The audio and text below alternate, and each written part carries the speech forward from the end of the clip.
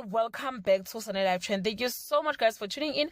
I'm here to update you of what's going to happen on Gomora from the 6th to the 10th of June 2022 on Monday. Zodwa walks in on Bongani giving Miss Madigizela money. Mazet wants pretty death.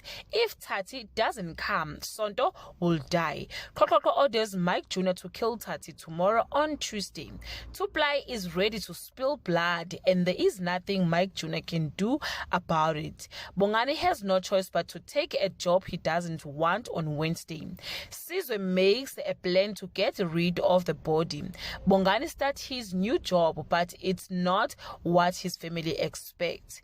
Koko tightens the screw to screw on Mike Jr. to kill Tati on Thursday. Gladys and Mr. Faku are reunited after 15 years. Sizwe find out about Tuplai's death. Bongani asks Chiamo not to tell Zodwa about his really job title on Friday. Pretty is forced to set a trap for Tati. Mr. Faku's mysterious history comes back to bite him. Guys, this is all I have for today. You can leave your comment below and share your opinion. Bye.